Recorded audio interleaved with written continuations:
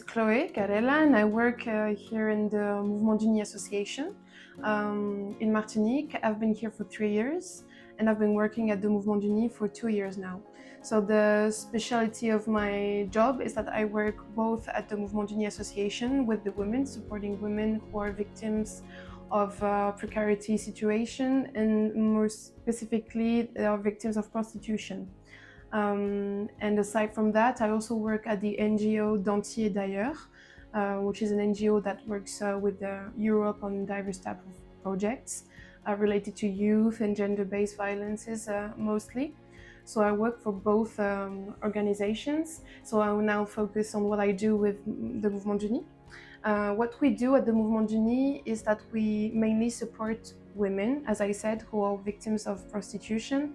So what we do is that we welcome them unconditionally. That means that they can come at our office and just knock on the door and tell us about the situation, and then we give them an appointment to see what is the situation exactly and what can we do for them. If we have to work with them, if we can orientate them to other organizations of the territory that we know. And if we support them, if we assist them, what we do is that we do a first appointment and we see the situation globally. For the most majority of the women that we see, they're mainly migrants. They come from the surroundings of Martinique, which is the other Caribbean island. So what we encounter is mostly women from Dominican Republic. I would say 70% of women are from this island. For the rest, we tend to have more and more women from Haiti, which is the country next to Dominican Republic on the same big island.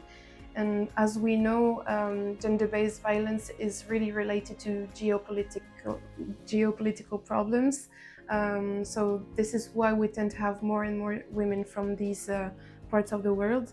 So they come here asking for help, mainly for children and for their own situations, because they really struggle when they arrive to discover the island, know what to do, which organization to appeal, mainly to obtain papers to be legal on the territory, so they can access jobs, so that they can access accommodation, and just to be considered actually, because when they go in like institutions, what they can go through is also violences, institutional violences, especially when they go to the police, when they go to the city council, for instance, asking for papers.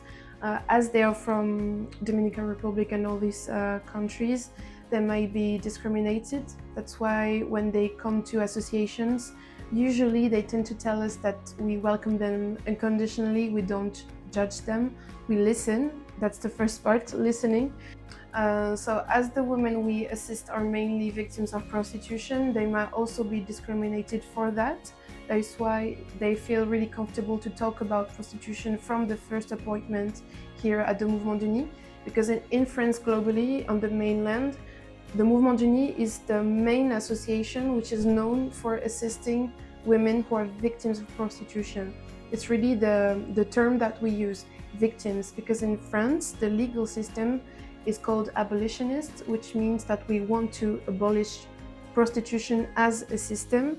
And what we concretely do is that we assist these women, and the law tends to punish the clients and the pimps. That's what we consider around prostitution, the prostitution problem for us.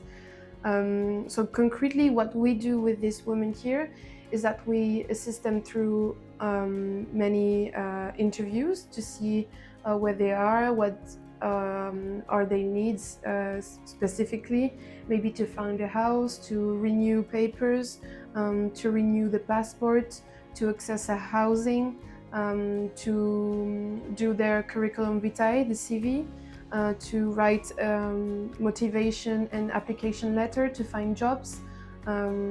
Even if it's through informal economical system where they don't have the papers yet, we still help them to find small jobs for them to be out of prostitution as much as possible, because it's a violence that they go through every day.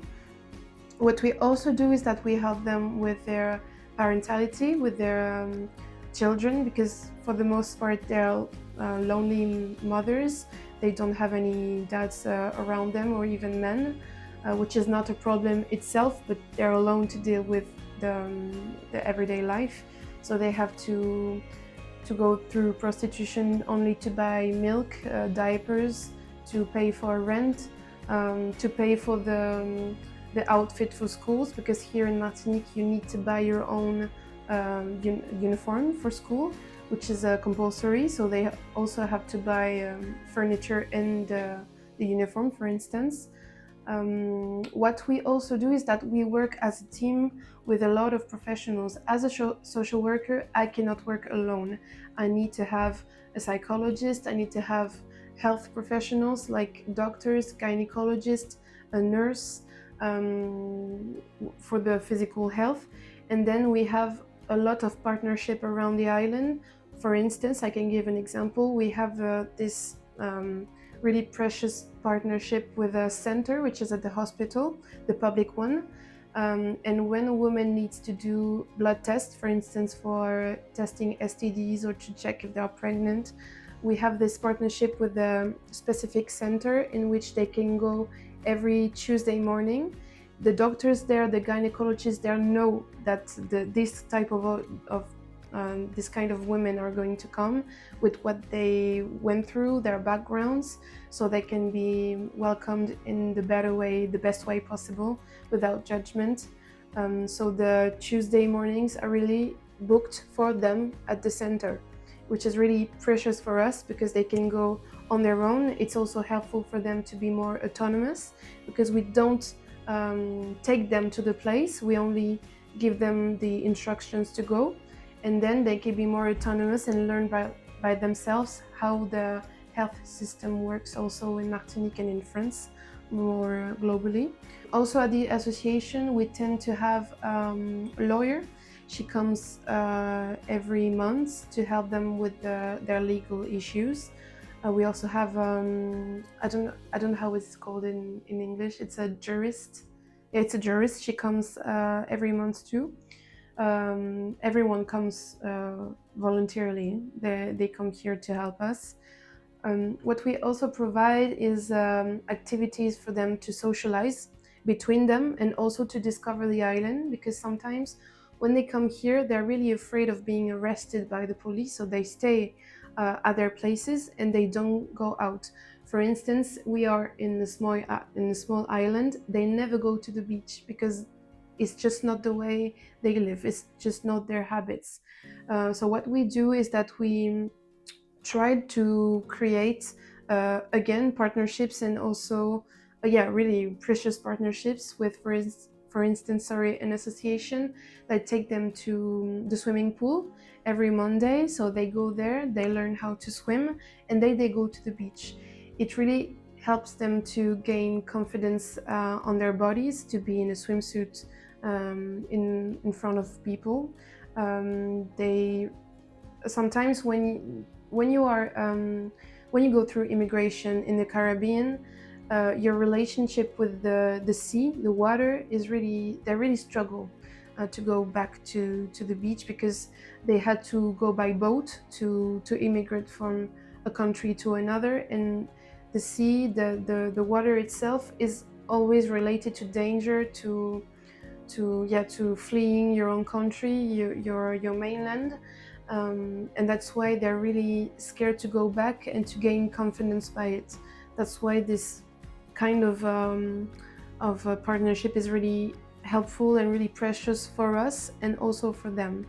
What we also do is that we provide workshops for them to create their own application letter, as I said earlier, but also to do some activities like art therapy.